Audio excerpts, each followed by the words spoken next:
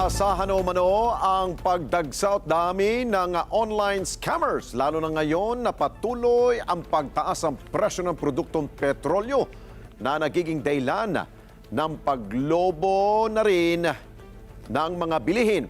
Isa ang online shopping sa tinukoy ng pambansang pulisya na maaaring maging platforms ng mga kawatan para sila'y makapanloko, lalo na ngayon na marami sa mga mamimili ang ayaw ng lumabas para makatipid sila. Kunin natin ang live report ni Vic Sumintak. Vic.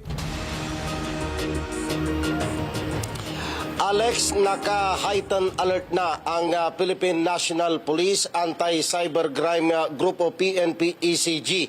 Kaugnay nitong patuloy na pag-alagwa o pagtaas ng presyo ng mga produktong petrolyo sa bansa na nakakaapekto rin sa presyo ng mga pangunahing bilihin, kung saan ang ilan nating mga kababayan ay nagdedepende na lamang ngayon sa online na transaksyon, partikular sa kanilang pamimili o kaya pagbubuk ng kanilang gagawing bakasyon ngayong nalalapit na summer vacation.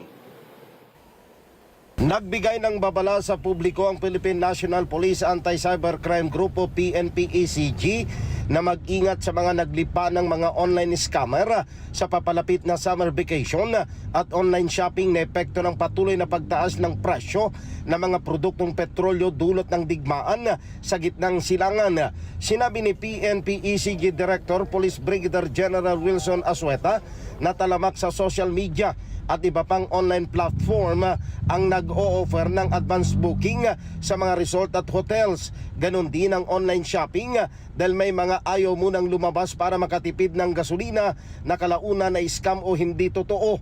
Ayon kay General Asueta, dapat maging maingat ang publiko sa mga online booking at travel, maging ang shopping lalo na kapag ito ay humihingi na ng advance o kaya ay full payment. Well, because of this Lenten season and summer vacations, to include dahil sa pagtaas ng ating mga bilihin due to itong war sa Middle East, Iran.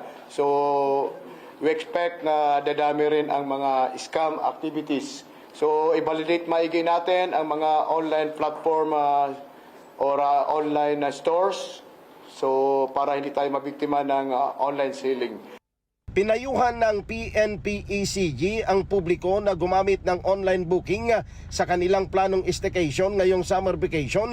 Ganon din ang mga gagamit ng online shopping na i-verify muna ang website na ginagamit para iwas scam.